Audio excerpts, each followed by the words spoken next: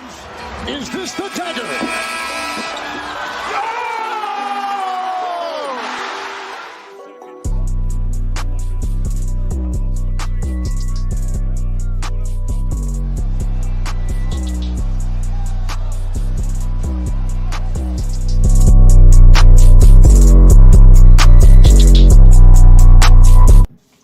Welcome back to another On the Ball show here live on the Right Way Sports Network YouTube channel.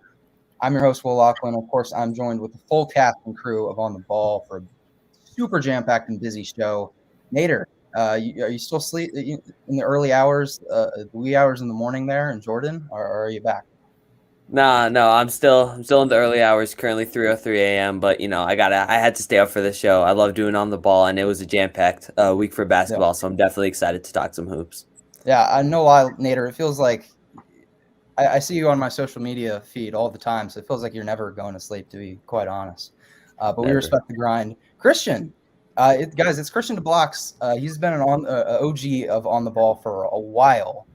He was here, back when I was on months ago. He was here when I left and was on the TWSN show. He's just been constantly on the Ball, and he's put so much in time. But this is going to be his last show. He's going to be transitioning mainly into the soccer sit-down, which is tomorrow. And, of course, we'll promote that at the end of the show as well. But, Christian, man, how are you doing? How do you feel it's your last show on the Ball? Yeah, it's bittersweet. I've been here for probably 12, 13 months. I joined in the bubble when NBA was there last season or 2 seasons ago. So it's been a long ride, but enjoyed it and excited for one last show, which there's a lot going on, like Nader said. So a lot to talk about tonight. Yeah, it's Christian's farewell tour.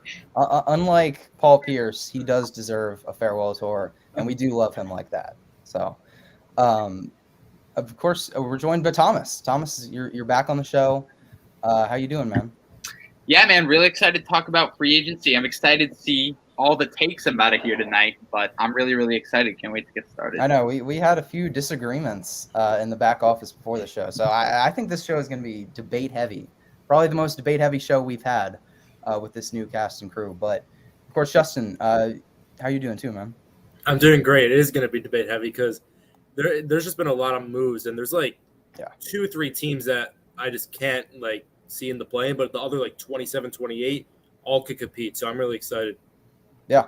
And just remember, for everyone watching, subscribe to our YouTube channel. We're trying to get to 1,000 subscribers. Leave us a like. It really helps us, gain more traction in the YouTube live algorithm so more people can obviously watch and interact. And, of course, comment. We will reply to and show and feature some of your comments. So please comment and join in on the discussions and the topics. But let's get right into it. First off, we're going to talk about NBA free agency. Since we last talked, free agency was right after the heels of the Russell Westbrook trade. Since then, the Lakers have probably been the busiest team. And, of course, a bunch of other teams, Nader's Bulls, have been making a lot of moves. Every team has been making moves. But, not all the moves we necessarily think improve the team. Some teams look kind of the same. Some teams looked a lot different. So let's talk about it. Let's talk about the teams. Each one of us, I think we want to give one team that we think has won in this free agency period and one team that, maybe has lost. We don't really like the moves, or just they tried to go out and make some moves, or maybe they've been too hesitant, and the teams that really haven't improved that much. So, Thomas, I want to start with you because you have, I don't know, you kind of spoiled the teams for us in the back office, and I think we're going to have some disagreements. Thomas, just take it away with your winner and your loser. All right, so I'll start with my winner. I don't think this is really a super flashy pick, but I was just looking at all the guys that they signed, and just really thinking about how they performed in the playoffs last year. And to me, it's the Clippers, right? So they didn't make any big splashes in free agency. But what did they do? They went out. They re-signed Reggie Jackson. They re-signed Nick Batum. And now today they re-signed Kawhi Leonard. This was a roster that went to the Western Conference Finals last year. I believe lost in 6 games, if I'm not correct, without Kawhi Leonard. So this is a team that was 2 games away from the NBA Finals without their best player, and now they've re-signed all the crucial parts of their team. To me, that's a winner. They didn't sign anyone huge or make any big splashes, but retaining that same exact core that you had, that you went far in the playoffs with, without your best player, I just can't see a world where the Clippers aren't winners here, considering they retained all of their assets that were going missing in free agency. And I for my loser, I thought about this one a lot. Boy. All right, but just looking at the roster construction, looking at everything that's going on, I don't like the Los Angeles Lakers going into this year. All right, I am fine with their some of their signings. Like Malik Monk to me is by far their best sign. Right. With that being said, I just don't think this roster is good enough to win a title, and I don't. Here's what I think, right? So adding Russell Westbrook was obviously the biggest signing of this, or biggest trade that we've seen in this offseason. However, what does Russell Westbrook add to the Los Angeles Lakers that they didn't have? To me, it's nothing. He's a great playmaker. They already have one of the best playmakers in the world. He adds rim pressure, someone who can get into the lane. They already have that with LeBron. They have a post scorer in Anthony Davis. To me, Russell Westbrook just doesn't bring any positive value to this team. He doesn't bring anything new that they didn't already have. He's not a good shooter. He doesn't, like, you can't really have him without the ball, right? And even with the ball, like, he is not a good decision maker at all. He's never been an efficient shooter. He's never been an efficient scorer. I just have a hard time seeing how Russell Westbrook fits into this team. Like, I just don't really see how he contributes positively to this team. Unless you let him run with the second unit guys when LeBron and Anthony Davis are off the floor, I guess that does bring some value, but I don't think that's why they got Russell Westbrook. I think they got him so they could close games with him, LeBron, and Anthony Davis. And that doesn't really make sense because if he's not having the ball, which you want to give it to LeBron, he's your lead decision maker and your lead playmaker, then what is he? He's nothing. He's never been able to shoot. He's not a willing off-ball player. I just think this isn't going to work. And, like, sure, some of their signings are fine. Like, Wayne Ellington, like, I'm all right with it. Kendrick Nunn's a solid backup point guard. But keep in mind, they also lost a major pieces from their team. Now, everyone likes to hate on Kyle Kuzma, but he was fine last year. Kentavious Caldwell-Pope was a good role player. Alex Caruso was arguably their best point of attack defender last season. They lost all of those guys. And sure, they replaced him with, like, Wayne Ellington, Trevor Ariza, guys who are going to hold the fort down. But realistically, like, they didn't upgrade to me at any single position. And I think Russ is definitely a better player than Schroeder, but I don't think he's a better fit at all. So I just think the Los Angeles Lakers have, quite frankly, a worse roster than they've had in both of the past 2 years. So I think they're a loser, and I really don't see how they upgraded their roster. You know, Thomas, I'm a little sad that we don't have Malik or really any of the Laker or LeBron fans on the show with us like we did last week. It's unfortunate because I'm sure Malik would have plenty of bones to pick. And I kind of do too. Look, I would disagree in several ways. I'm when the Westbrook trade happened, I came out with the opinion that there are some positives. I think there was more negatives than there were positives, but I also I don't think it hurts their championship chances, but I also don't really think it elevates them that much. I think all the moves that they've made in totality, I think that elevates their chances just because the kind of moves that they made they added so many 40%. I was looking at this chart and all of their new additions are better, basically shooting floor spacing and shooting upgrades than last year. Obviously, Russell Westbrook is an exception to that. But all the surrounding pieces, Carmelo Anthony, Malik Monk, Wayne Ellington, Trevor Ariza, all those guys, I can go through the list. They're all shooting upgrades over a lot of the key role players they had last year. So I think that elevates just the overall team, and it makes the Russ signing more justifiable. I think Russ does bring value because you can have them. I understand what you mean, but like you think about the Lakers, they can enforce their will with their size and with rebounding and obviously defense. Westbrook doesn't really help the defense, but I mean LeBron and Russell Westbrook in transition, that's going to be an absolute nightmare. I think having another on-ball playmaker in Russell Westbrook, it's certainly not the best fit with LeBron, but you can, in NBA offenses, you can run with two ball-dominant, heavy playmakers. Anthony Davis is such a great off-ball threat that also makes life a little bit easier for Westbrook and LeBron. You also have Wayne Ellington. None of those guys are going to be asked to do stuff off the dribble. I also think you have to look at it from this perspective as well. Russell Westbrook, he really helps. LeBron James is 37 years old, and Anthony Davis is injury-prone. So if Anthony Davis gets injured like he did last year, the bottom line is when those guys were out, the Lakers had absolutely nobody to run the offense. Russell Westbrook is going to keep the Lakers offense churning at a relatively high level, and LeBron and Anthony Davis aren't going to have to expend as much energy in the regular season. So I truly do think that this in the regular season, this move is going to help a lot. In the playoffs, when, in a playoff setting, I will admit that when they're all on the court together, I could see there being some definite problems, especially against other Western Conference contenders. But I think there are quite a few positives to this move, and those just get excelled even more considering the moves that they made to surround the big three that they have. But Thomas, before Nader goes, Yeah. I'll just say a couple things. So first off, the Russell Westbrook thing for the regular season, I do agree. LeBron is only getting older. Anthony Davis hasn't really been able to stay on the court the past couple of years. I think in the regular season, it can work. It's going to work. Sure. But the Lakers' goals aren't to be the first seed in the West. It's to win a championship. And Russell Westbrook doesn't if you're trying to play all three of those guys at the end of the fourth quarter, it's in a close playoff game. It's just not going to work. And even their role player signings, right? Wayne Ellington is a great 3-point shooter, but he's not a good defender at all. Same thing with Carmelo Anthony, but Carmelo Anthony is even worse because he still thinks he's in his prime and likes to shoot fall away, step back, mid-range jumpers, and that just kills offense. He is still a ball stopper at this stage of his career, which is a major problem because his efficiency has dropped off tremendously over the past couple of years. Kent Bazemore hasn't really been a consistent shooter ever really in his career. Trevor Ariza, over the past couple of seasons, 35% last year, 37% the year before, 33%, 37%, 34%. That's average. Those are average shooting numbers. I think you can go out and find reasonably better floor spacers than Trevor Ariza, and he's fallen off quite a bit defensively in the past couple of years. And then Dwight Howard, if I want to play a backup center on the Lakers, I'm playing Marc Gasol because he's so much better defensively at this stage, not to mention he can shoot and pass a little bit.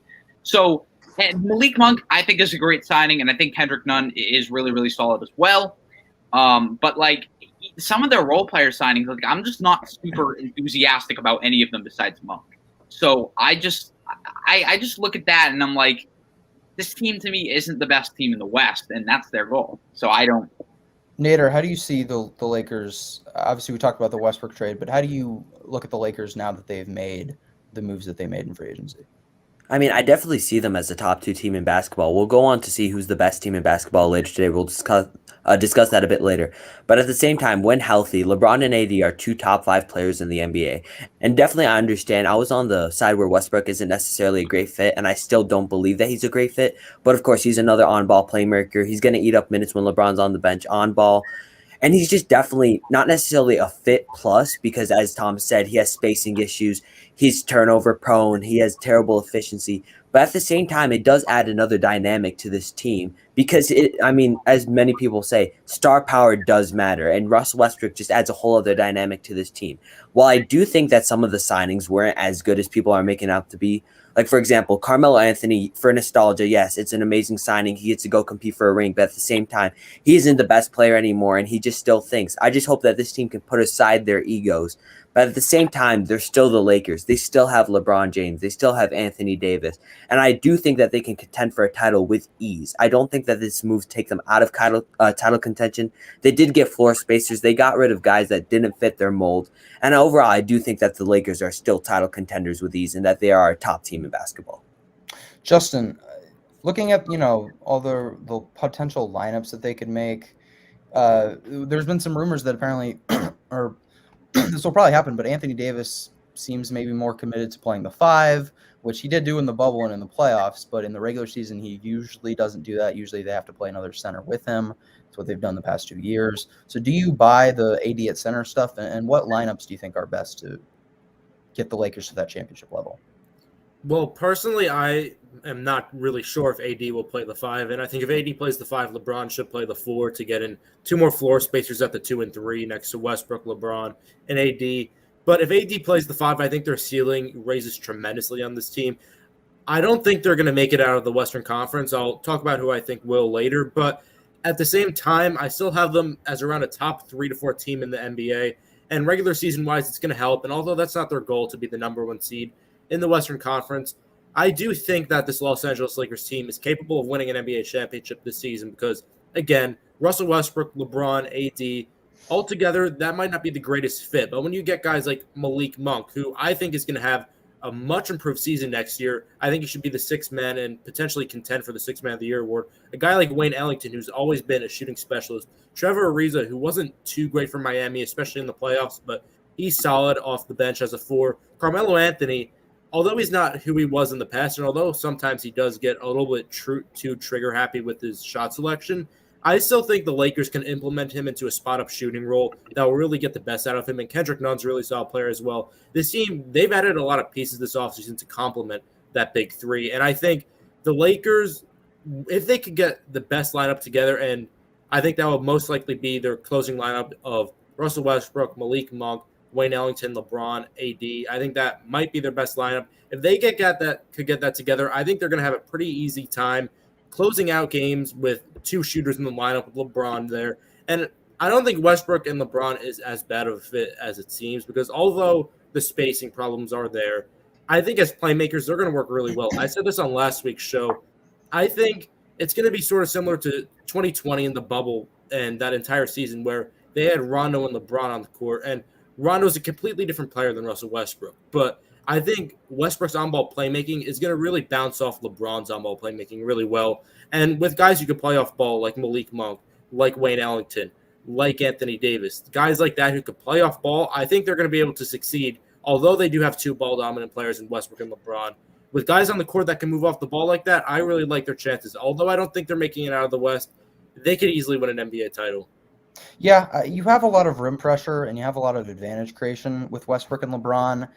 But you have to have those guys who can finish the plays off with open threes. Also, we know LeBron's not going to commit to just an off-ball role. He's just not ever going to do that. It's just LeBron James. Westbrook, he did kind of do that in Houston for just a little bit. Like he kind of did that. But the thing is with Houston and with Harden, they had a 5-out system with a ton of floor spacing. So it just made it pretty easy for Westbrook to be more agreeable to commit to an off-ball role. I don't really see that as much with the Lakers just because of how clunky their floor spacing could be, especially with another center and with Anthony Davis. But Christian, what do you think about all this? And what free agency signing do you think has been the most impactful for the Lakers or will pay the most dividends for them in the playoffs? I don't think it's Russell Westbrook, first of all. I think probably a guy like Wayne Ellington's the one that's going to matter the most come postseason time. That's a guy, and maybe Malik Monk, one of those two. Because bench scoring is extremely crucial in the postseason, and I think he'll come off the bench and Wayne Ellington will start. One of those 2 guys for sure. But overall, you guys hit a lot of the points I had mentioned. I think overall, if we were looking at it as just the Washington Wizards trade with the Lakers, it's probably a little more of a negative than a positive for Los Angeles. But over time, most of their signings throughout the free agency so far have been positive. So I think it would be a positive offseason so far. I don't think I would guarantee them coming out of the West, but they're certainly in the conversation, just like Justin mentioned. They could win an NBA championship, but I would not put them down as the lock to get out of the West so far. Yeah. Let's talk about some other, obviously, winners and losers. We were going to talk about the Lakers anyway, so since Thomas brought up the Lakers, thought we might as well just break down all the moves that they've made. But Justin, give me your number 1 winner and loser from this free agency period. The number 1 winner, this is not me being biased, but the Washington Wizards are my number 1 winner because they got rid of Russell Westbrook, obviously, in that trade. And obviously, they didn't get star power back to replace that. And Spencer Dinwiddie, he's not an NBA star by any means. But last time we saw him fully healthy in the 2019-2020 season, he was the guy that led the Brooklyn Nets to the playoffs. Yes, he didn't play in the bubble. And at that point, it became Karis LeVert's team. But for that entire season, with LeVert in and out of lineups, with Kyrie Irving out for a good chunk of the year, with Kevin Durant out the whole year, with a bunch of people getting injured left and right on that team, Dinwiddie was able to raise the floor of that team really well and get them to the NBA playoffs. And he was considered potentially a borderline all-star that season. And although I don't think he's going to have that much impact on this Wizards team, I really like the fit alongside Bradley Beal because last year we saw down the stretch of games, Bradley Beal, he would get very tired because of the load he would have the first 3 quarters. He wasn't able to do everything in the 4th quarter because of all that fatigue and wear and tear on his body throughout the first 3 quarters. Spencer Dinwiddie, with his time in Brooklyn, was one of the better clutch players in the entire league, and he provides an element of on-ball playmaking and shot creation that's really nice for this Wizards team. And as a shooter from long range, he's not the greatest, but he's still a really solid creator that's going to put pressure on guys. And I think this is a really good signing for Washington if they want to keep Bradley Beal happy. And with the Westbrook trade, they got a lot deeper. So adding a guy like Dinwiddie to be your second guy is really helpful. And for my loser, I had really high expectations of this team coming into the free agency because they had a lot of cap space and they had a lot of movable pieces. The Dallas Mavericks, though, they haven't really done much to change my opinion on them. First of all, obviously, Rick Carlisle, he didn't get fired. He just walked. And obviously, there's nothing you can do about that. But they got a miles and miles worse coach than the kid. So they had to replace that with some more and better talent on that roster. And although they did get slightly better from a roster standpoint by re-signing Tim Hardaway Jr. and signing Reggie Bullock, they didn't get much better at all because I don't think those two moves are going to be able to get them over the hump and really satisfy Luka Doncic and make them a contending team. And not to mention, they haven't really made any trades to turn that around either. They haven't moved Porzingis. They haven't moved some of the guys that, like Dwight Powell. They haven't moved those guys. So it's really tough for me to see this Dallas team as a fringe contender around a 4 or 5 seed. Luka Doncic should be leading a team to that range, but with this team, he's not going to be able to. And I really question their chances at making the NBA playoffs this season. So they're definitely my loser. Yeah, that's fair enough. Nader, give me your biggest winner and loser from the free agency period. First off, I just wanted to say, Justin, you're my guy, but I don't necessarily think that the Wizards are winners. I just don't see them as a team that could contend. And signing Spencer Dinwiddie to a $60 million contract, I believe it was 62 specifically, throughout 3 years to just get another 8 or 9 seed isn't ideal. In my prophecy with basketball is you either go all in or you go on out, and the only exception is a bridge year. So I just don't personally see where the Wizards' future is going. I do understand why they would want to do that to keep Beal happy, but my personal winner for this free agency period was the Miami Heat. I believe that the Miami Heat have secured their spot as a top 3 team in the East. They signed PJ Tucker. They got Kyle Lowry. They extended Duncan Robinson. And now they have a starting lineup that's looking like at the 1, they have Kyle Lowry. At the 2, they're either going to start Victor Oladipo or Duncan Robinson. At the 3, they have their superstar or their main star. I don't really consider him a superstar anymore. And Jimmy Butler. Then they have a nice floor-spacing defensive guy at the 4 in PJ Tucker. And Bam Adebayo, who's one of the best centers of the league at the 5. I believe that this team can definitely contend. I don't necessarily see them being better than the Bucks or the Nets. But again, I think that this was definitely a move to show that they're still here after a rather disappointing 2020 to 2021. And my personal loser is not a team. It's one individual. And that guy goes by the name of Dennis Schroeder. He rejected an $80 million contract earlier this season, believing that he would somehow get more. His playoff play, his overall season play at some point was absolutely disappointing. Dennis Schroeder was one of my favorite players going into the season. And although I still really like him, I just don't like the fact that he was willing to reject a contract worth $80 million, but then he continued to play at the standard that he did. And now the Lakers aren't going to sign him. They don't have the money that he's looking for, and the fit just doesn't make sense anymore after they signed Kendrick Nunn and traded for Russell Westbrook. And now he's just really in an anomaly. I don't know what team is going to sign him. He has to put pride away and just go and potentially take a 6-man spot for a $10 million contract at this point. And he's just my overall loser. I think that it was a bad move in hindsight, and I believe that he's thinking that hindsight's 2020 definitely. Yeah. With regards to the Wizards thing, because I see where Justin's coming from in the sense that the Wizards, they made really good moves, like getting Spencer Dinwiddie for only like a couple seconds. That's all they gave up to get Spencer Dinwiddie. That's like a kind of a fleece. And they've also overall, they've flipped John Wall, like an out of prime John Wall, who's clearly not the same player that he was back in his prime, for some pieces that can actually, maybe Kyle Kuzma could become something in DC. He's certainly going to have the opportunity to do so. They could also flip, KCP. So they've made some good moves, but I also, Nader, I hear what you're saying that, what's the point of all of it? The point is the Wizards, they're not really going in the right franchise direction, but they have made some sound moves to, still be a competitive team. Overall, I think so I wouldn't label them as a winner really or a loser. They're kind of just stuck in the middle, which is kind of just the omen for their entire franchise. Stuck in the middle. I talked about that last week. That's just what they are. Tommy Shepard, he made good moves, but overall their franchise doesn't look like they're not making the right choice and continuing with Bradley Beal, in my opinion. But I already got into that. Christian, what's your biggest winner and loser from the free agency period? Yeah, and before I get to that, Nader, I love the topic because honestly, Reggie Jackson's contract doesn't help him. I think it was 2 years, $22 million back to the Clippers, and that's a guy that probably was supposed to get near similar money to Schroeder. So I don't think him getting anywhere near $80 million is realistic. But for My winner, it's a slight winner, not anything too crazy. I think the Knicks have the potential to be a bit of a bigger winner, depending on what happens with Kemba Walker. A lot of people were talking about the overpays for the guys they re-signed. I think that's probably pretty true. Alec Burks, Derrick Rose, Nerlens Noel, they were all signed for 30, 43, and 32 million. So that's kind of a lot, but they were all extended 3 years.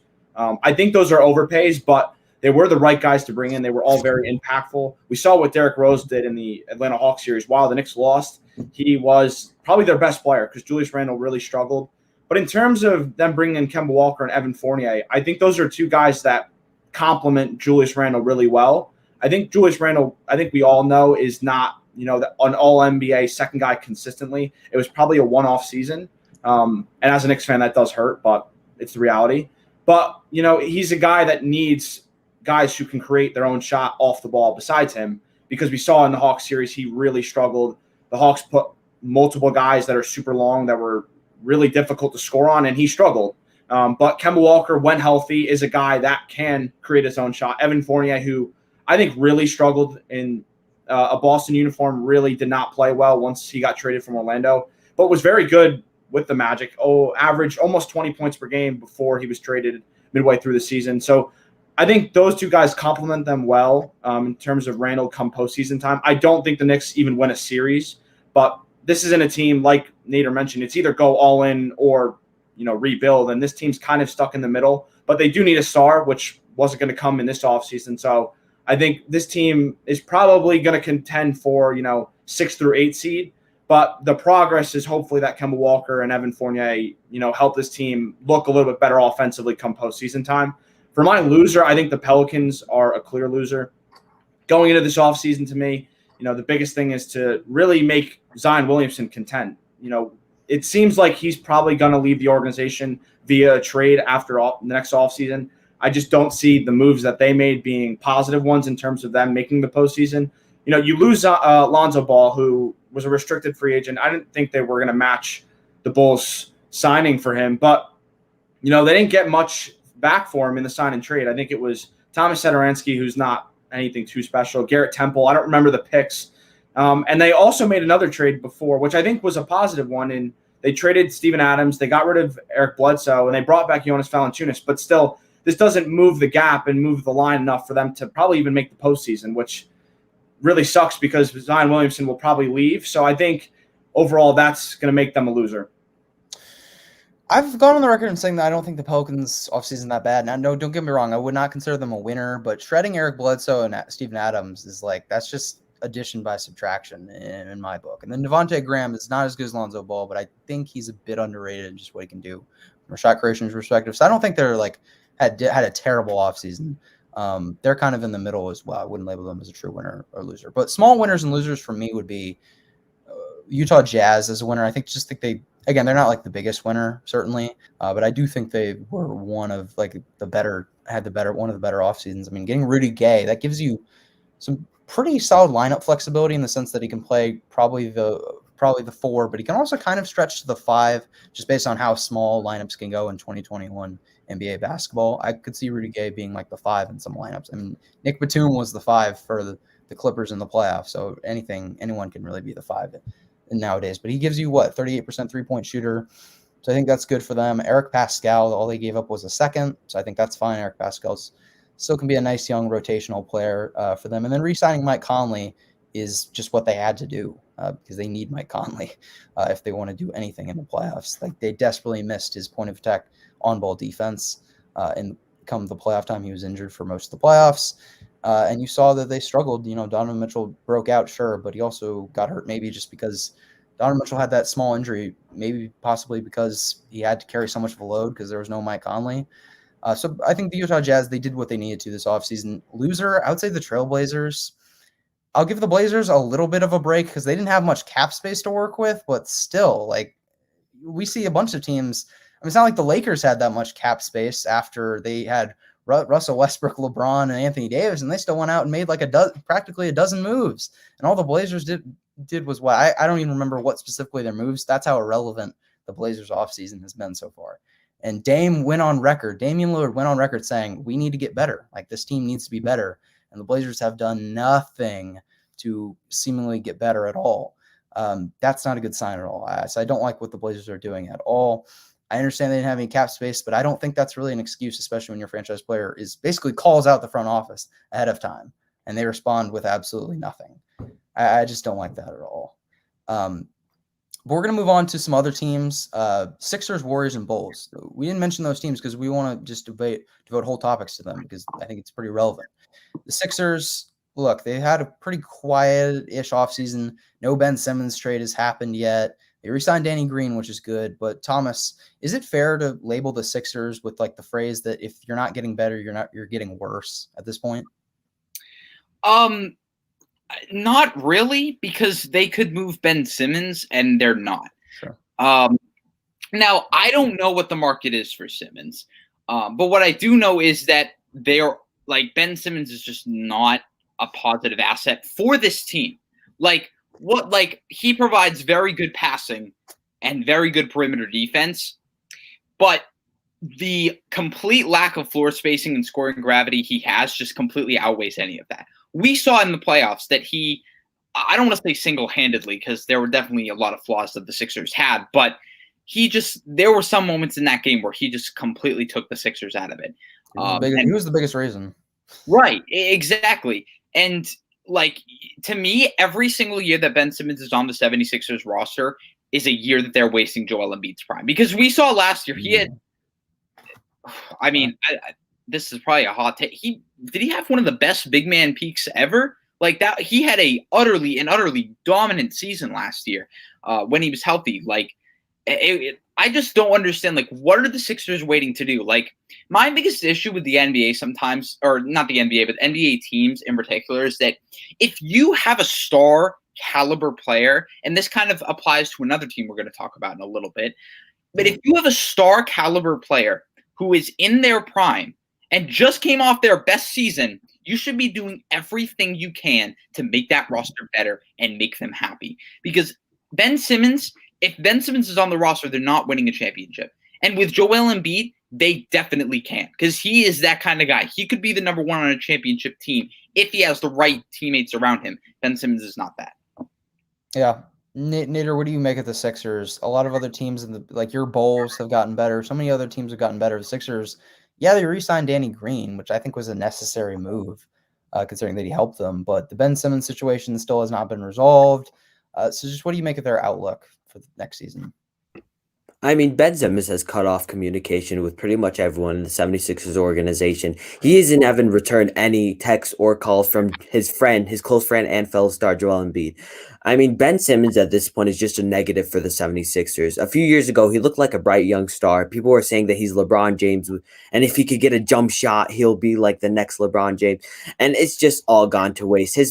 I can understand why. Social media has slandered him for months and months. And his mental game is just probably at an all-time low right now. But I do think that this can actually translate to another team, to the Warriors. I think that they could potentially trade him, give Joel Embiid a guy like Andrew Wiggins.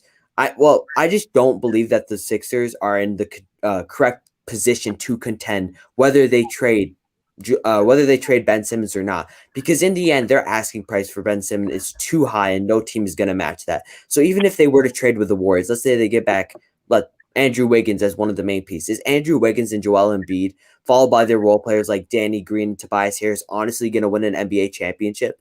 In my opinion, the 76ers aren't even a top 5 team in the East anymore, although they finished the first seed last year. And it's just an overall negative. I think that they're wasting Joel Embiid's career, not necessarily because he's still young, but they're wasting these years where he's shown how dominant he truly is. And just having Ben Simmons on that team and having him as someone that they need to move, it's just been an overall negative for this organization.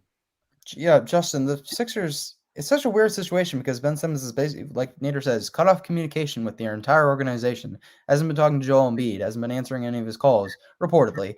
But yet the Sixers' asking price still seems to be at an all-time high when he's coming off an all-time low season, given his career arc. I mean, they're asking for what, four first-round picks and like a young player. That's like the starting point, apparently, for Ben Simmons, coming off of the playoffs and just the overall season that he had. So just what do you make of this whole Ben Simmons Sixers situation? Do you think it's going to get resolved this offseason?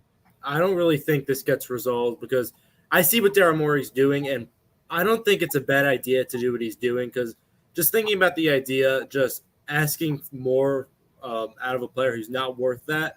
Obviously, Ben Simmons, his value isn't as high as it is, but asking teams to give him more, eventually there's potentially a team that's going to bite at that value and say, hey, we'll give you what you want for Ben Simmons. But at the same time, it's Ben Simmons. You're not giving up 4 picks, 3 pick swaps, and a young player for Ben Simmons. That is absolutely ludicrous. And I could understand if he was saying maybe 3 picks and a good young player, but 4 picks, 3 swaps, and a great young player, no one in their right mind is doing that, especially after what we saw in this postseason from Ben Simmons. With his complete lack of spacing and scoring, it was hard to watch, and that's exactly why the Sixers lost to an inferior team in the Atlanta Hawks. And if they had really any other scoring guard, hell, Patty Mills. Put Patty Mills in that position. I'm taking the Sixers to win that series. And it's just really, he brings so much value defensively. He brings so much value as a passer in transition. But as a whole, as a scorer, as a shooter, you're not getting 4 picks, 3 swaps, and a young player. And yes, Ben Simmons, he's still young. He can make some strides, but you're not getting that much. And his peak in his NBA career won't even be close to their asking price for him right now. You know what I find a little bit funny is that the Sixers' asking price seems to be exactly what the Nets got in return, or what the Nets gave up for James Harden. And like, that's the same asking price. You know what's also funny is that the Sixers deal was centered around Ben Simmons. So we're talking about, how does the guy that was centered around, you know what I mean? Like, James Harden in a trade, Ben Simmons was supposed to be the centerpiece for the Sixers around a James Harden deal. And yet coming out, you would have thought like Ben Simmons had like a breakout, like the best season of his career, the way that their asking price is going up. And yet he had such a bad season and such a terrible postseason. And yet their asking price is the same for James Harden, who is a guy that they were trying to trade to get on the roster in the first place. What a mistake. That, to me, is just pretty mind-boggling from the Sixers. And I do understand, like, I don't fault Daryl Morey for going for this guys, because maybe he thinks it's about outrageous, but if he can get a team to maybe come down, maybe that's like, it's just a negotiating tactic at the end of the day. That's might be what it is. And maybe it'll work, maybe it won't. But Christian, what do you make of this whole Sixers situation? Do you think that they're a better team going into next year, or they're about the same? About the same, which is in reality, like you mentioned in the intro, probably a negative, because they're wasting away Joel Embiid. I mean, you guys have all touched on it. They're wasting him away. I mean, I think the biggest moment and the clearest moment you think about when you talk about Ben Simmons in the postseason was in the elimination game against the Hawks, when he passed up a wide open dunk. I mean, the confidence is so low on him, and it's a thing where you need to trade him now, simply. I mean, they probably have waited a little too long, and it's probably a tactic, I think, from Daryl Morey to just try to see who will bite first. I don't really know who will bite across the NBA. It's hard to see and hard to tell, but certainly four first-round picks and a young player is not realistic. I think the Sixers are not going anywhere this season if they hold on to him. And, if they get a return that's not too bad, I think maybe they can make a second round. But really, the Nets are better, the Bucks are better, the Miami Heat are better. I mean, there's probably even other teams you can talk about in a debate that are in the same spot. So I think this team's not going to win an NBA championship. Maybe they'll get to the second round, but they need to trade Ben Simmons sooner versus later. Yeah, another team that we want to talk about is the Golden State Warriors. Look, Warriors, they've made their draft picks. They look content on keeping them, which I think is a bad move. And we could debate, what the Warriors should have done, what they could do. But at the end of the day, it looks like the roster that they're going to be rolling out, it is what it is, unless they make more small moves in free agency. But they don't have Kelly Oubre on their roster. They've signed Otto Porter Jr., which I think is a really great contract, honestly. They got him on a vet minimum. I think that's a steal. But Otto Porter and Bjelica were their 2 free agency signings. Obviously, they drafted Kuminga and Moody. And they get back Klay Thompson, which is huge. We cannot overstate how big that is for the Warriors. But Thomas, looking at the roster, do you think they have enough to contend? I mean, it depends what you mean by contend. Like, can they contend for like a home court seed in the playoffs? I don't see why not. Can they contend for a title? Absolutely not.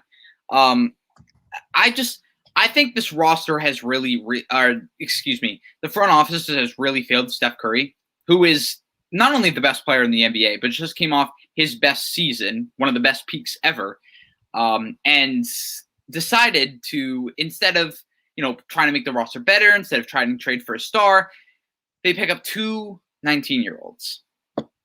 And I think that's all that really needs to be said here. They have the 7th pick. They have the 14th pick. They have James Wiseman. They have Andrew Wiggins. They have the package to go out and get a real star, and they don't do anything. And instead, what they're trying to do is this thing the Boston Celtics did a while back when they had Kyrie and Horford and Hayward, where it was, all right, so we're going to have a core that can compete compete in the playoffs now, but we're also going to try to develop guys down the line. Well, how did it work out for the Celtics? It drove Kyrie out of town. And now I believe, were they the 7th seed? Were they the 8th seed last year? And now they're arguably worse. They're probably going to be a play-in team next year. So it didn't really work out for them, to put it lightly. And this Golden State roster is less well-rounded than that roster is. And they don't even have as good of young players as the Celtics did. At least the Celtics had 2 future All-Stars in Jason Tatum and Jaylen Brown. Jonathan Kuminga and Moses Moody, I have a hard time thinking either of those guys are going to be All-Stars, especially Kuminga. And you have James Wiseman, who's still sitting there, who was a complete negative for them last year. I really, really disagree with pretty much everything Golden State has done this offseason. I don't think this is a single thing I've liked, except for Otto Porter Jr. I think that was a good, solid signing. But yeah, I think I hate everything about this offseason for Golden State. I really do. I just don't think they put themselves in a position to win next year. Yeah, I mean, if Steph Curry did still sign the extension, so at least they have that. At least they're going to be relevant. I mean, Steph Curry seems to still be committed. I mean, it makes sense. They were a dynasty, so I didn't really, even if Steph was justified in leaving, I still just didn't see him doing it just because Steph Curry, and he's extremely loyal and they've won before. It just didn't seem like Steph Curry in a different jersey from the Warriors. It just doesn't seem right. I think he's probably going to retire a Warrior, which is perfectly fine because he's already won his. But Nader, what do you think of the Warriors offseason? Do you think they're one of the biggest losers, or do you look at their roster for the upcoming season all right, maybe they didn't make the necessary moves, but they're still going to be a contending and one of the best teams in the league? I'm honestly just I'm not angry at the Warriors. I'm just very disappointed. You have probably the best basketball player in the world as we speak, and you just didn't do anything big to help them. Currently, I have them ranked around the 5th to 6th best team in basketball, but the gap between the 5th and 6th and the top 3 to 4 is very big. You could be a top 6 team in basketball, but honestly not be a realistic title contender, and the Warriors simply aren't that anymore. Yes, they have a nice lineup on paper, but drafting Jonathan Kuminga, one of the biggest projects in the draft and arguably one of the worst picks in the top 10, probably the worst pick in the top 10, is just it's just mind-boggling. I understand that Draymond Green wanted him, but he brings really no offensive, except for some decent slashing. He brings no really offensive plus to the Warriors when they could have drafted a 3-and-D guy like Franz Wagner. And honestly, I love the Moses Moody pick. I think that it's going to be a fantastic fit for the Warriors. But other than that, I'm just overall unimpressed with this offseason. They had to do more to get Steph to a level where he can compete for a championship again while he's at least in his prime or still in his prime. And I believe that the Warriors are just not going to be able to contend anymore for a championship, but they'll still be a good regular season team. They'll probably win their first round matchup, but I just don't see them going any further. And I'm just very disappointed in the front office and how they really treated Steph Curry, although it's indirectly after he signed a huge extension and proved that he's loyal to this team for life, and they just let him down. Justin, how do you evaluate the Warriors offseason? I mean, Oubre went to the Hornets today, and they weren't even interested in doing any kind of sign-in trade to get anything back for him. So what do you make of the Warriors right now? The Warriors, I'll admit, they haven't had the greatest offseason. Obviously, Kuminga, he's a project, and I think Kuminga, a team like the Warriors is a solid spot for him if he wants to be an NBA-ready player. Maybe this offseason they could develop him into a defender because of those physical attributes and get his motor up. Maybe he could be an impactful 9th, 10th man, but that was a bad pick. Moses Moody was an amazing pick, and the main thing, we talked about this earlier, the main thing that really just it's hard to really fathom is that Golden State didn't try to make a trade at all. They didn't try to pack in Wigginson's contract along with the other picks that they had this year and Wiseman. They didn't try and package that for anyone. They could have gotten a guy like Siakam. They didn't even try. But at the same time, I have to completely disagree with Thomas and Nader. I have Golden State making the 2022 NBA Finals. And yes, the West is stacked. The West is stacked. I could easily see it being the Lakers. I could see it being the Suns. I could see it being the Nuggets or some complete other wild card team. But this Warriors team, they have the best player in basketball and by far the best offensive player in basketball in Stephen Curry at the 1. Draymond Green, we saw him all last year put up a defensive player level of the year season. If Rudy Gobert didn't have such an amazing season on that end, it would have been Draymond Green's award. And then Klay Thompson is the X factor for sure, because if Klay Thompson doesn't return to his old form, this team's going nowhere. But I'm fully confident that he returns back to near where he was because he's still going to have that shooting touch. His defense and lateral quickness will likely take a drop, but I still think he's going to be very impactful in the backcourt with Stephen Curry. And then on defense, this team is amazing. Last year, they were one of the better defensive teams in the league, and they didn't have much personnel outside of Draymond and Wiggins. Now, along with Draymond and Wiggins, you get Otto Porter Jr., when healthy, one of the better 3-and-D players in the league. Juan Toscano Anderson, who last year was on the come-up towards the end of the year and was improving as a defender, as a passer, as a shooter throughout the entire season. You get Andre Iguodala back. You draft Moses Moody, who's a great 3-and-D player right away. Kevon Looney, he's not the greatest player, but in some spurt minutes, he's going to provide value. And Stephen Curry was also solid on the defensive end last year. And the last piece I just want to touch on, Jordan Poole, I think he takes another jump next year because we saw the flashes last year, and he came up big in some big-time games last year. I expect that to continue for him as a bench piece, as a sixth man. And that take it easily backfire on me. The Warriors, they could have maximized their offseason much more than they did. But this team still has what it takes to make the NBA Finals and potentially win a title. And I think they'll make the Finals. I think they'll lose, but they'll make it. Finals is a tough bet, but I'm curious to see. So, Thomas, I kind of want you to respond to that. Why do you think the Warriors? Because I think we all understand the Warriors, point blank period, they could have done a much better job of maximizing their assets, even if there wasn't a star available, which it looks like there just wasn't really a star level player, I guess, unless Pascal Siakam. We don't even really know how available he truly was for the Raptors. But you at least could have flipped those picks for role players, like quality role players that could help, and they didn't even do that. So clearly they have not done the best job in free agency or the draft of maximizing what they have. And they still have a championship core in Steph Curry, Draymond Green, and Klay Thompson. But like we said, they still do have that core that's proven to win a championship, albeit 6 years ago. But they still have proven to win it. And they have, you look at their roster, it's pretty deep. Like they have, guys like Jordan Poole they're not going to have to necessarily rely on like a Kent Bazemore as like their 6th or 7th man. He's not even on their roster anymore, but like they're not going to have to rely on a guy like that as their 6th or 7th man anymore. They signed Iguodala. I forgot to mention that as well. But Thomas, why don't you see them as championship contenders, despite having a really great top 3? I just think you're betting on Klay Thompson to come back and be as good as he was pre-injury is a really, really big ask. Okay. This is a guy who is coming off an Achilles tear and an ACL tear. And I understand that a lot of his game isn't based around athleticism. In fact, I'm not even that worried that his offense, at least like it won't affect his shooting at all. My biggest worry with them is just like, what are they elite at? Like they're very well rounded to me. They're a good defensive team. I think they'll be good enough offensively because they'll have Steph, because they'll have Klay Thompson as well, and they'll have Draymond, who's kind of like the connector, will get everyone else involved, all that kind of stuff. They're decently deep.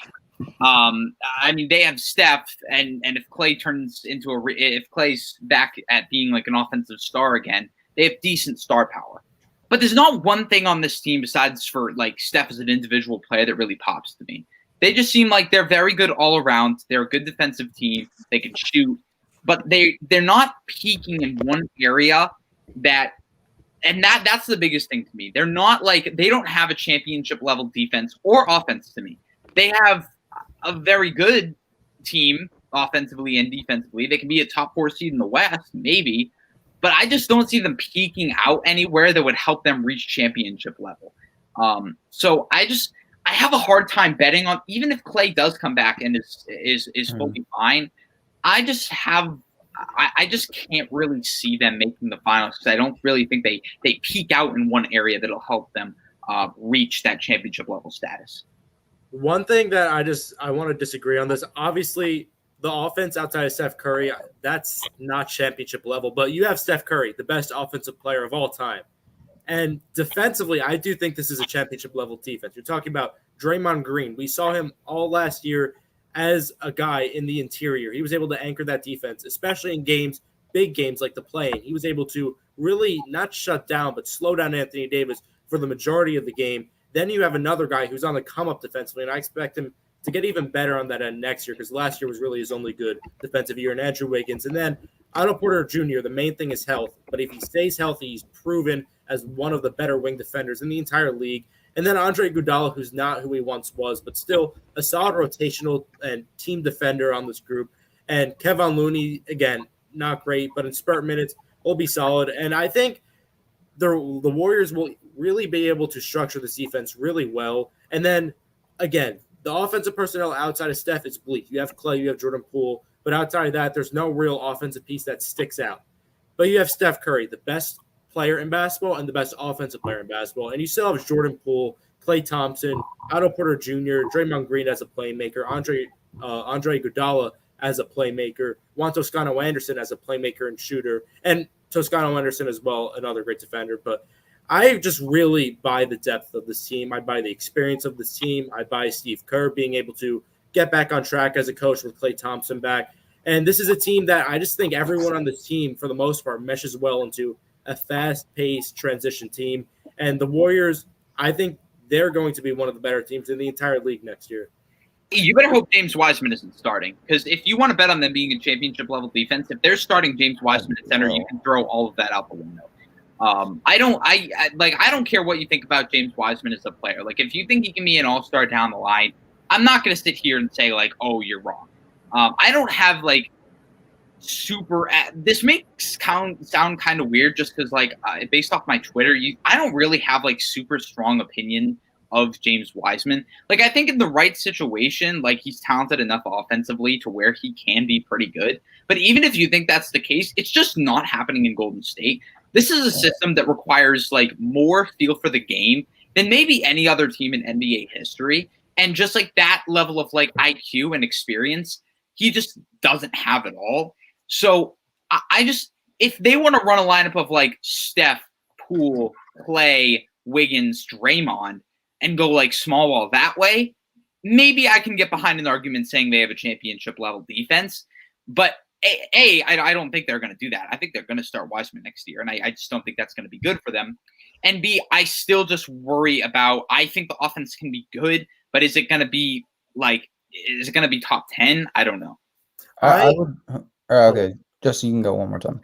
I agree that starting Wiseman's a bad move, and they will start Wiseman throughout the regular season. But I don't think this Warriors team is going to be a regular season team. I have them around the 4 or 5 seed range. But come playoff time, I think Steve Kerr is a smart enough coach to know, hey, James Wiseman, he's not going to cut it in the playoffs as a guy, as a defender, as a scorer. He's not going to cut it as a starting guy. I'm going to run small with Curry, Clay, Poole, Draymond, Wiggins, or Juan Toscano Anderson in that lineup. I think Steve Kerr is smart enough to realize that. And I think this defense is perfectly suited to go up against a team like the Lakers, like the Denver Nuggets, like the Phoenix Suns. I think their defense is suited with Draymond Green and all the other pieces on that team.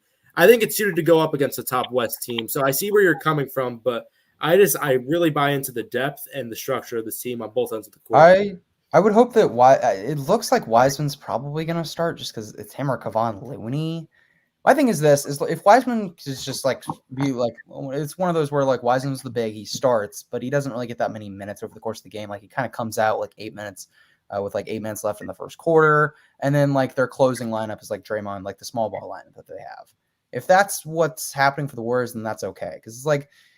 He can be Wiseman can just be one of those starters that like, yes, he starts kind of like Robin or like Alex Len was for the Wizards. Like he was technically in our starting lineup, but he didn't get like starting level minutes. So if that's the case, especially in the playoffs, then I think the Warriors will be okay in starting Wiseman and hopefully Looney and Draymond can get more minutes at the 5. But Christian, do you think one last thing about the Warriors. Do you think Klay, Draymond, and Steph Curry, do you think that top three, they obviously that was a championship core years ago, but do you think that can still be a championship core in 2021? Possibly. It's hard to say because we haven't seen Klay in who knows how long. It really has felt like over 2 years. Yeah. I mean, that's the real question. If he's back to his best, yes. But to say that's 100% you can confirm it right now that's a stretch. So I think it could be, which is kind of the generic answer. They could, be a championship contending team, but Klay Thompson has to be pretty much near where he used to be, which off two of those significant injuries is a hard ask. So it's difficult to say they're a championship contender team at this point. Let's talk about the final free agency team that we're going to focus on. Talk about the Sixers and the Warriors. Let's talk about the Chicago Bulls, Nader Chicago Bulls. And of course, Nader, we're going to get your thoughts on this first. This is interesting because Nader wasn't actually as enthusiastic about the Bulls, especially the DeMar DeRozan signing in particular, as I thought. We've discussed a little bit on Twitter, but Nader, kind of just go more into depth on why you think the way you do about the Bulls overall offseason and specifically the DeMar DeRozan move. Yeah, well, first of all, I just want to say this. It's going to be fun to watch my Chicago Bulls play good basketball again. I've been suffering through a rebuilding team led by Garpax for years. The last good team I saw, honestly, I'm not counting the Rondo, D-Wade, Jimmy Butler team. That team was at like an 8th or 9th seed, and they were like just terribly molded. They got a couple game on the Celtics for those. So. Yeah, and then we ended up choking the series. Yeah. But the last good basketball I've really watched was when Derrick Rose took us to, I believe, the second round back in 2014, 2015. And I'm going to be excited to watch Lonzo Ball. I'm going to be able to watch DeMar DeRozan, Zach LaVine, Vucevic, Patrick Williams, one of my favorite players in the NBA. And I'm happy that I'm going to be able to watch fun basketball again. But with that being said, I'm absolutely not a fan of our DeMar DeRozan signing. And I'm not a fan of the fact that we think that this core can contend.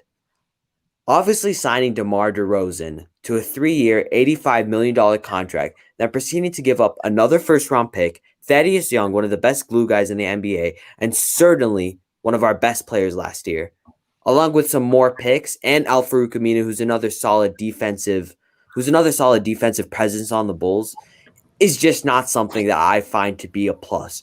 When we look back at this in a few years, when we see the hundreds of millions of dollars we spent on Levine, that we spent on Vucevic, that we spent on DeMar DeRozan, that we spent on Lonzo Ball, I want to see something to show for it. Not a 4th seed and a second-round exit. I want a championship ring. As I said before, my thoughts on basketball is this. You either contend or you don't, and the only exception is a bridge year, and this team is setting itself up for a 4th seed in season in and season out.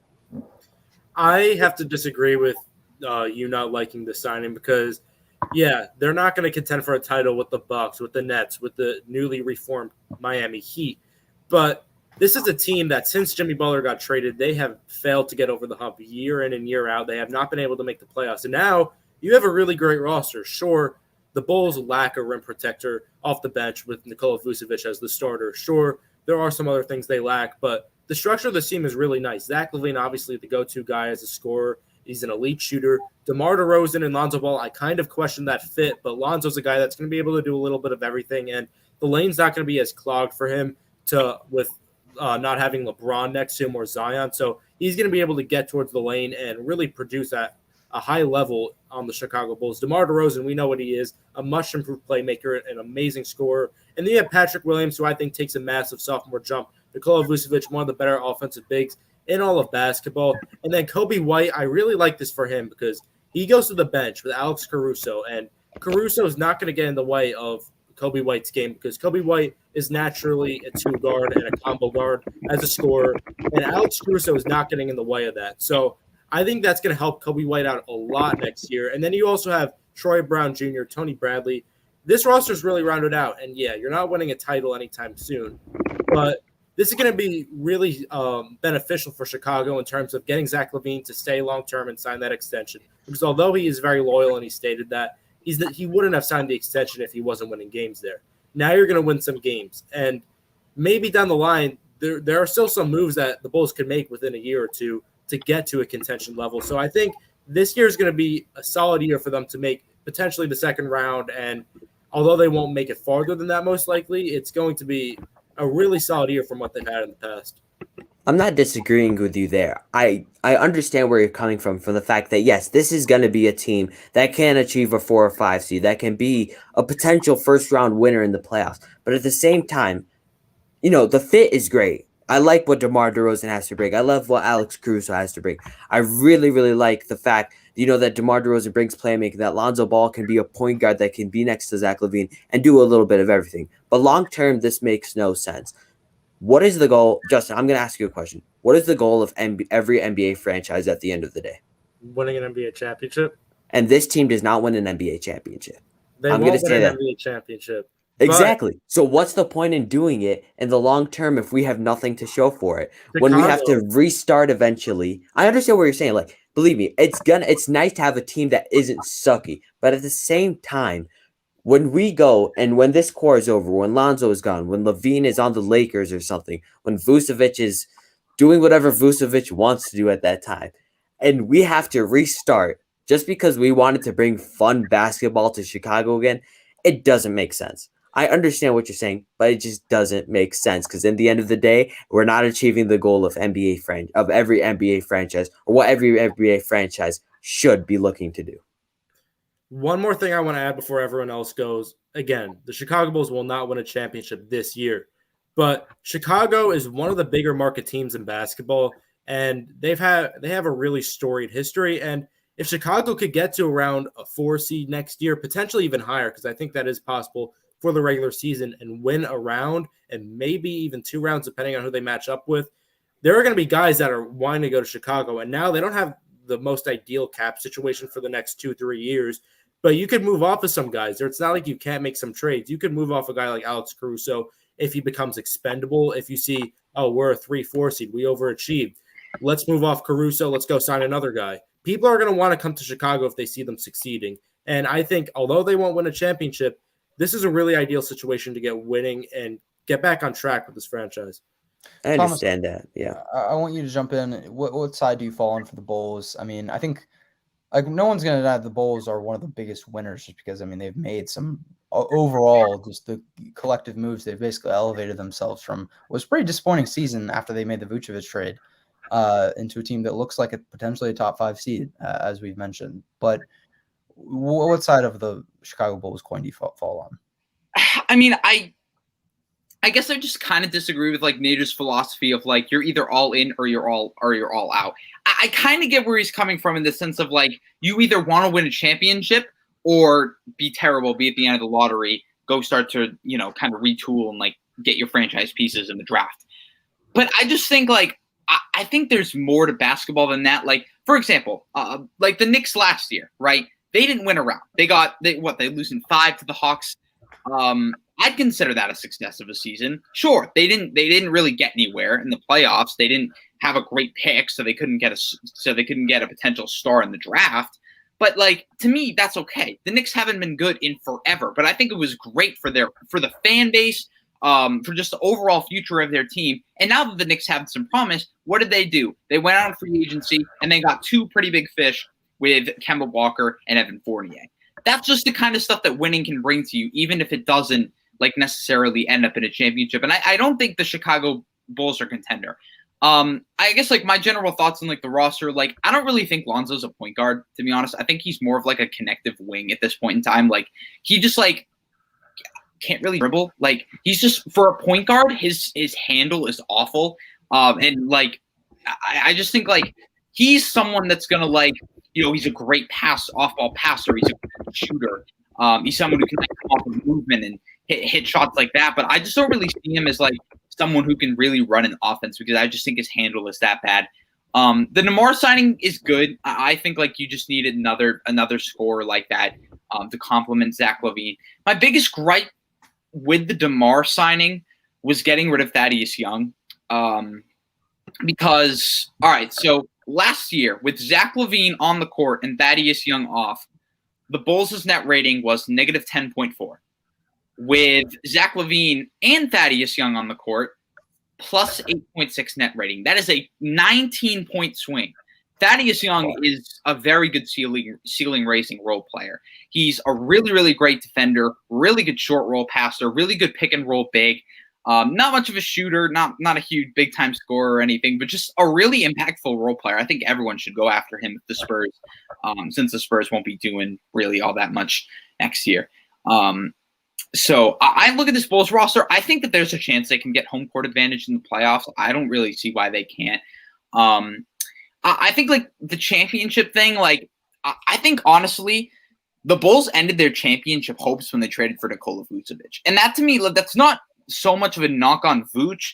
But I just think like you look at all the picks they traded away, and not only that, like Vooch is just the worst kind of center to have if you're trying to win a championship. Like he is a terrible defender, like downright horrendous defender.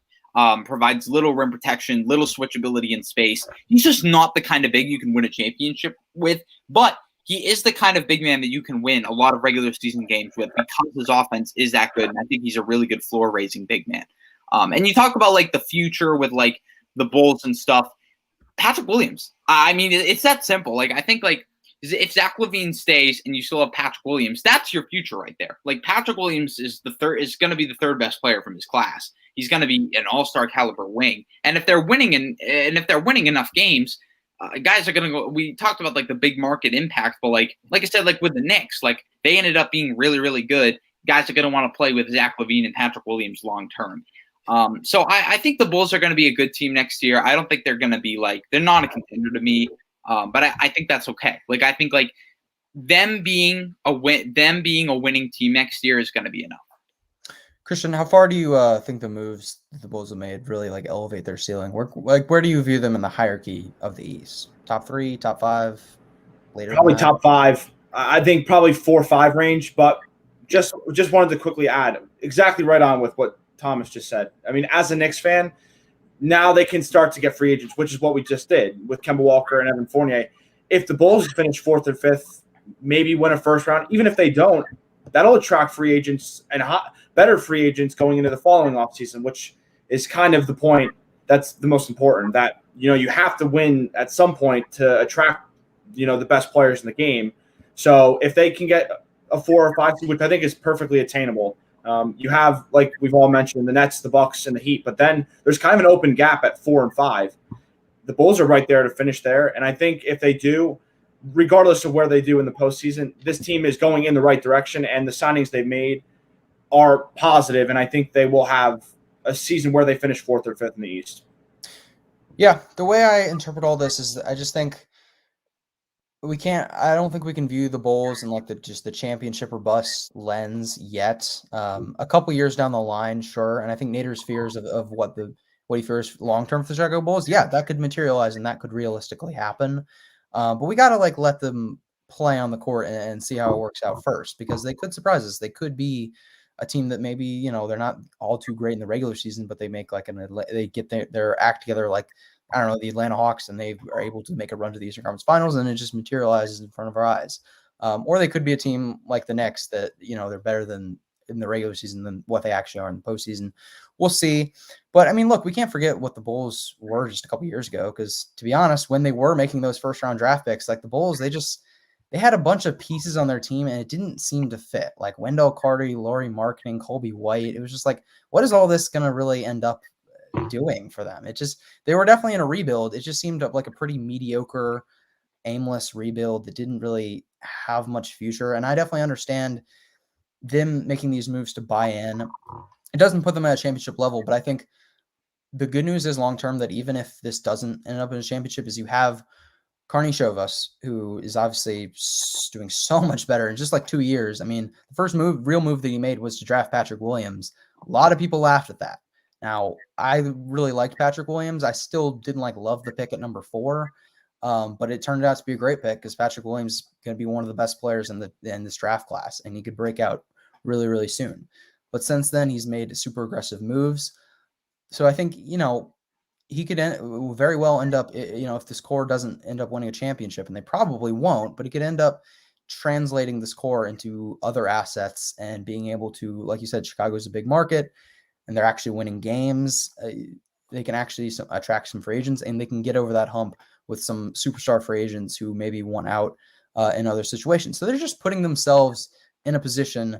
It's just the next step in the championship ladder. There's very few teams who can just get themselves out of the gutter like the Chicago Bulls have done and go like just to a championship level. Like that just doesn't happen unless you're like the Lakers and you sign LeBron James, and then next season you get Anthony Davis. Like that's there's very, very few teams that can realistically just make that switch. The Phoenix Suns, we saw the Phoenix Suns do it, and it was a collective team unit. It's just very few scenarios in which that can happen in NBA basketball. It's really tough. It's a step-by-step process. The Bulls, they do seem to be kind of skipping a couple steps in that process, like the Phoenix Suns. I don't think they're going to skip process and go all the way to the NBA Finals, but they're kind of, going from the Chicago Bulls. They didn't make the playoffs last year. They're not only are they going to make the playoffs, but they could be one of the top teams in the playoffs. So you're definitely skipping some steps, not getting to the championship level. But I think there is reasoning to be still very optimistic about their long-term future because of how aggressive Carney Shows has been compared to what their old front office did, which is not take advantage of the Chicago market at all and just be in a very stuck in the middle, not even really in the middle, in the worst part of the league situation with no hope and no future. The Bulls, I think they have hope not only because of their core and how well, this roster, I don't want to get too much into it, but this roster fits so well on paper together. But I don't really have to necessarily talk about it. The roster fits so well together, and I think the aggressiveness that Carney Show showed, even if the Bulls, this roster doesn't end up doing too much long-term, he's still going to make the moves necessary. Aggressive GMs like Carney Show, they tend to, Pat Riley, Rob Pelinka, those guys have won championships as general managers. Like aggressive GMs tend to have a more likely chance, obviously, to win a championship. And I think that's to me is the biggest optimistic part of this long-term is the fact that how aggressive Carney Shovis was in making these moves. It's going to bode well for them long past the era of this core that they have right now. Yeah, and one more thing. I like Thomas and Justin, you guys are bringing up great points, but at the same time, no offense, Christian, the Knicks fan base is pretty cool, but at the same time, the morale over there was so low for so long. But at the other point, the Chicago Bulls were actually very, very confident in their future. Like I'm a very realistic fan. And the thing is, many Bulls fans were happy with AK and Mark Eversley. They were really happy with what our future hold. So it's not necessarily like we needed something. We're starting to become almost like this Philadelphia 76ers, and to the point where we're trusting the process. And as you said, this does skip the process, but does it skip to the point where the Phoenix Suns go to the NBA Finals, similar to how almost assuming as if the Chicago Bulls will go to the finals, and they won't. They simply won't.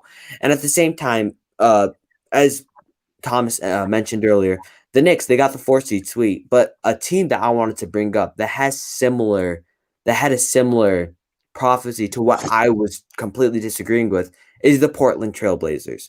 They had a star in Damian Lillard, a solid center in Yusuf Nurkic, a great secondary shooter and offensive player in CJ McCollum. And where did they go? To a 6 seed. They went to the Western Conference Finals and got beaten in 4 or 5 games.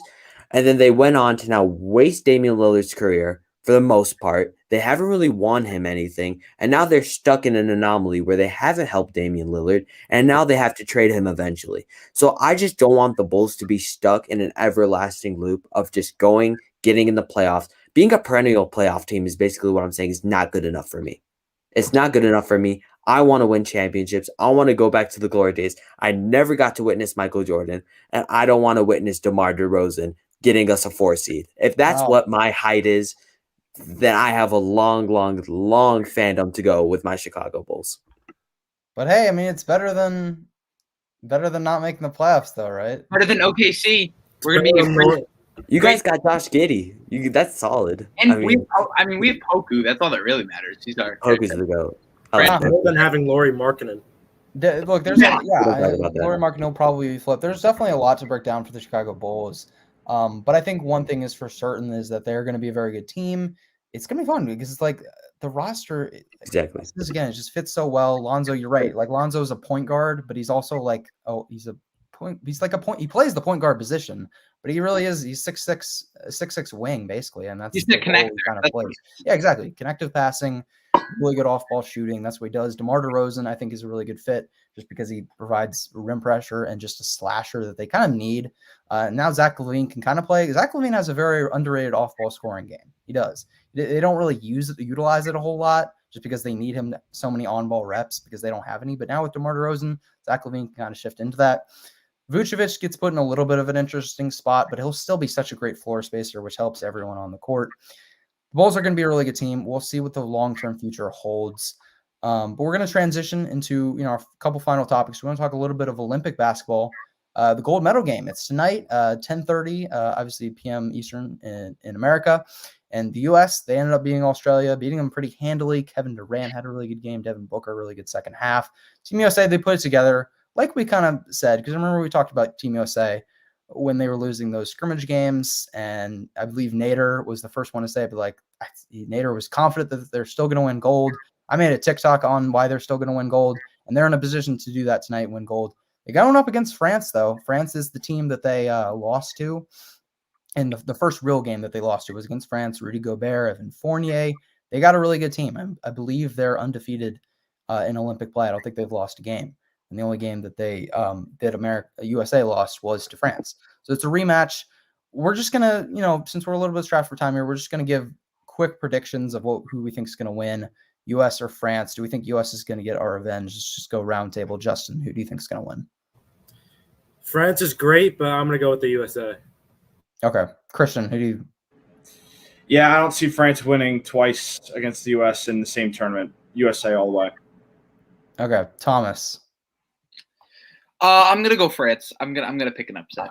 Okay. All right. I thought I was gonna have to pick France. I was committed that we are not going all chalk and picking USA. So I was gonna be prepared to pick France. I'm also gonna go with Team USA. I think they're gonna get their revenge. Kevin Durant's gonna drop. I'm not gonna say he's gonna drop 40. He's gonna drop 30. Kevin Durant's gonna drop 30 tonight. He'll have a nice 14 points tonight. That's my prediction for Kevin Durant. Okay. Nice 40. Gonna get locked up by Rudy Gobert. Doubtful. No, he's gonna Gershon Yabusele. I'm telling you, he's a beast. Nader, who do you think is gonna win? I mean, I'm not as much of a patriot and classic American as our guy Alex over on the Game Changers, but I think that USA wins this with pretty much ease. They're the best team in the Olympics. They're always the best team. Like literally, a few years ago, Team USA would just go eat fast food, then go and beat a country by 60. I think that this is pretty much in the bag. We'll see. I mean, France, they're a really good team. I think it's going to be pretty close. But I like Team USA. The thing is, they're hitting their stride right now. Like they just came out. Australia was a really good team. I thought Australia was going to beat. Like I think Australia on paper, they're certainly not a better team than Team USA. But I just think they played better team basketball, and they did for stretches of that game. But then Team USA absolutely turned it on in the second half. And I think you're going to get that game for a full 40 minutes tonight. It's not going to be like it was with the second half. I think USA is going to be dialed in on every minute and every level of the game. So 4 to 5 of us picking USA. Thomas, I'm glad you picked France because I didn't really want to pick because I did think USA was going to win, but I didn't want it to be all chalk. So our last topic is going to be kind of going back to what we were talking about earlier, the Nets or the Lakers. We're going to have a little bit of a debate here. Who do we think is the better team? I mean, look, we've talked about some of us think the Lakers are the second best team. I mean, some other people think that they are the best team in the league. I would disagree with that, but top 2 team. But overall, I mean, you look at the star power and on paper and the Nets and the Lakers, you could argue the Suns and the Nuggets. Yes, they are better constructed teams, especially fit wise. But on paper, I mean, it's tough to stop a big 3 of LeBron, Anthony Davis, and then you add in Russell Westbrook. Just on paper, that's like so much star power, and star power does win in the NBA these days. And now they filled out a role player as well. So the Nets or the Lakers, Justin, we'll start with you. Which team do you think is really better on paper right now? I'm leaning Brooklyn, and say they do meet up in the NBA Finals, I could see it going Nets in anywhere between 4 to 6 games. The Lakers could definitely win the series, but I could see it being a sweep. I could see it going as far as 6, possibly 7. I would probably lean Nets in 5, and I think it would be a close, drawn-out series because Russell Westbrook, if he goes up against Kevin Durant, I think he's going to want him more than anyone on the court, but I don't think that's going to be enough to get them more than 2 wins. But the Nets, I just think they're a much better team than the Lakers and pretty much a much better team than anyone in the league. The only teams that I think really come close are the Milwaukee Bucks, and I think that's basically the only team, honestly. That's the only team that I think comes close to Brooklyn, and they're in the same conference. And the Nets, just all the star power. We talk about star power for the Lakers. Let's look at the Nets. Harden, Kyrie, KD, and that is a much better fit as a big three, and they're much more talented as a big three with their structure as Harden as the playmaker, Kyrie as the shooting guard who could create and also play off ball, KD as the main guy in between that. And then they have guys like they brought back Blake Griffin, who was amazing in the playoffs last year. They lost Jeff Green, but picked up James Johnson, which was a solid pickup. They got Patty Mills. They re-signed Bruce Brown. They're really doing everything this offseason. And obviously, I said it on a past show, and I've been preaching this since he got drafted. I've written articles, I've made Instagram posts, tweets about this man. Nicholas Claxton will have a breakout next year on the defensive end. He will be in all defensive conversations because of his switchability and rim protection. And I just think the Nets, the defense outside of Claxton and Blake Griffin for stretches and Kevin Durant in stretches, it's pretty rough, but it's still a really solid defensive team. We saw in the playoffs, they were able to make up for the lack of talent on that end with all the effort and with all the run and gun. I don't know how to explain it. I don't think run and gun's the right word, but just their hands, like everyone on the court was just making moves on the defensive end, even though they weren't the most talented defensive team. And before we move on, one more defensive guy that they just picked up today who went really under the radar last season was Deandre Bembry, who he's a solid playmaker on offense. He can hit shots, and defensively, he's really solid, and he's also a solid slasher. So I think he's going to be a really solid piece off the bench and surprised a lot of people with the minutes he gets.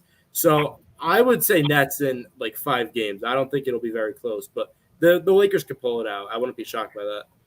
Thomas, I know you're going to definitely agree, since you didn't even think the Lakers are the best team in the West, but like, what's the biggest difference maker between the Lakers and the Nets for you?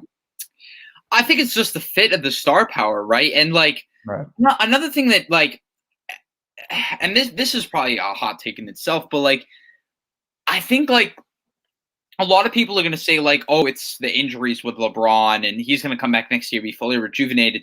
The man is like 37 years old. Like, I don't have as much faith as most people in thinking that like LeBron's going to come back and be a top 3 player next year. And I think that's where I kind of separate myself from a lot of people. Like, I think to me, Kevin Durant is already better right now.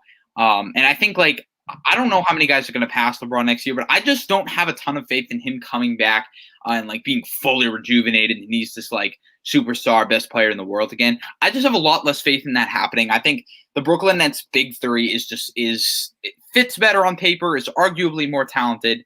I think it might actually be more talented, considering they have 3 fringe top 15 players. The Lakers have 2 top 10, and then 1 top. I'm not gonna like slate in Russ anywhere, but I'll just say top 50 to be safe. And then I honestly like the Nets role players better. Like I think the Nets just have better roster construction and better star power, and that's what's going to win them at the end of the day. I think the Nets' biggest challenge to me is Miami. Like I don't think a team in the West is really going to challenge them. I think their biggest threat is in the Eastern Conference with the Miami Heat. Christian, Lakers or Nets? What do you think?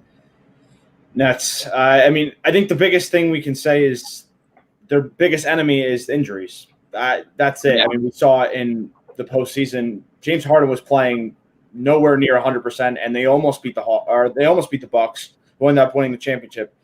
And he was playing on a tour. It was a hamstring that was just clearly not at 100%. They lost Kyrie. So injuries, I think, is the biggest key. If they stay healthy, they're winning the championship. I don't think anybody in the West, like Thomas mentioned, can really push them to 7 games even. The best threat is probably, maybe the Nuggets or the Lakers. But could they push them even to 7 games? I'm not too sure. Kevin Durant showed us this season that he is fully healthy and back to being himself. And that's an offensive specialist who's just purely unstoppable, no matter where he is on the floor. So I think their biggest enemy is the injuries, and the Lakers are just simply not better than them. So if they were to match up in the postseason, I think the Nets win. Nader, do you have any disagreements there? Nope. The Nets are a top 2 team in the NBA, and they're not number 2. They have the better big 3 on paper. They have the better 3 fit wise, and I just overall think that they're a much better team. They added Patty Mills, and people have their concerns with the Lakers fit and overall team construction, and I think that the Nets are just overall a better team. They had some nice signings over the offseason, some nice pickups, so I just think that it's an overall better fit. I wish I could disagree here. Like, I really do. And you know what? I'm going to make the argument for the Lakers, even though I don't even necessarily buy into everything that I'm saying, because I think the Nets are better. I agree. But I think there is an argument for the Lakers. There's a scenario that I can see. It's not impossible that the Lakers match up with the Nets. And we're going to speak fully healthy. Like, we're going to assume both these teams are at 100%. The Lakers, I think you could still make the argument that they don't have the better top three, especially not fit-wise, and even really talent-wise, they don't have the better top three. But top two, like LeBron and Anthony Davis versus Kevin Durant, James Harden, that's pretty close, especially healthy, fully Anthony Davis, like in the bubble, that was like a top 3 to 5 player in basketball. And he's playing like the best player in basketball. That's how good he was. Combine that with LeBron James, I think that's probably a better top 2 than Kevin Durant and James Harden. It's very close. But you got that. They still have the better defense. Obviously, the Nets are better offensively. That's not even close. But the Lakers' defense is better. I think the Lakers, with the moves that they've made, it's debatable, but I think they have stronger depth. I think the quality of the bench pieces that are on the rotation, yeah, you can maybe argue the Nets are better. They did get, re-sign some guys in Blake Griffin and Bruce Brown. But, they also traded away Landry Shamet. So depth-wise, I could argue the Lakers are better. And the biggest difference maker to me, and the reason why I think it would be a pretty close series, is size and physicality. Like, the Lakers just have so much size, and that's how they just bullied their way to a championship in 2020 in the bubble. And Dwight Howard was a big part of that. They have him back, Anthony Davis, and even LeBron James and Russell Westbrook. I mean, Russell Westbrook, yeah, he's only 6'3", but Russell Westbrook, he's a 6'3" bully. That's just what he does. So I mean, they just have so much size and physicality. The Nets really don't have that at all. I mean, they have Claxton. They have some guys, but they don't have – I mean, they lose Jeff Green. They just don't have a lot of size. I think there's going to be a huge rebounding disparity. Rebounding, it's not necessarily the most, valuable individual skill for a player to have, but on a team level, rebounding, especially offensive rebounding in the NBA, in an NBA final setting, it's super important. So the Lakers are going to have a huge advantage there. So these are just some mismatches and advantages that I think the Lakers do have over the Nets. Again, I'm still picking the Nets, but I think there's a decently strong case that you can make for the Lakers, especially if the Lakers have figured it out with Russell Westbrook. Like, if it's a big if to say that Russell Westbrook is fully integrated with LeBron and Anthony Davis, it really is. But if it happens, then I think it's pretty close between the Nets and the Lakers. But we'll see. That guys, that's going to do us. We went really long today, man, almost an hour and a half. But it was an absolute blast. Thank you for joining us. Christian, this is your last show, man. Do you want to just, I don't know, what do you want to end it off on? I guess I'll just thank everybody who's watched us over the year that I've been on here. It's been a pleasure. We've had a lot of different transitioning through the people that have been on it, but it's been a blast. It's been nice to have Nader on here, who's just joined us recently. Justin joined a little bit earlier than that. So we have a great crew going forward. We're looking to add somebody as well, which will probably come in the next few weeks. So thank you to everybody who's watched us. It's been a pleasure. And check us out on the Soccer Sit Down show tomorrow morning. Yeah, Soccer Sit Down. That's the thing. It's like Christian, man, he was doing On the Ball Friday nights and Soccer Sit Down Saturday mornings, man. That was a quick turnaround. So, yeah, you're not going to – Christian's face is not going to disappear from the TWSN YouTube channel. It's still going to be here on Saturday mornings talking about soccer, talking about the Lionel Messi's on PSG. I mean, I kind of tried to liken that to the Brooklyn Nets big three, but I don't know. That's just the only comparison I can make. It's just because I don't really follow soccer like that. Yep. Guys, thank you for everyone for tuning in, especially for those of us who joined us for the whole, hour and a half show. Make sure you subscribe again for more. We have daily shows, practically 6 out of 7 days of the week, covering all sports, TWSN show, Game Changers, On the Ball, Run the Clock, all of that good stuff. Strikes and submissions on Thursdays, and then Soccer Sit Down. Make sure you download the TWSN mobile app for more content from us and, of course, everyone else here at TWSN. Follow us on social media because we're covering all the sports, soccer, basketball, baseball, football. We're tweeting and posting on Instagram all the news, so you don't want to miss out. Again, you can find Christian on the Soccer Sit Down. Thank you for tuning in, talking all the basketball with us, and have a good weekend, everyone.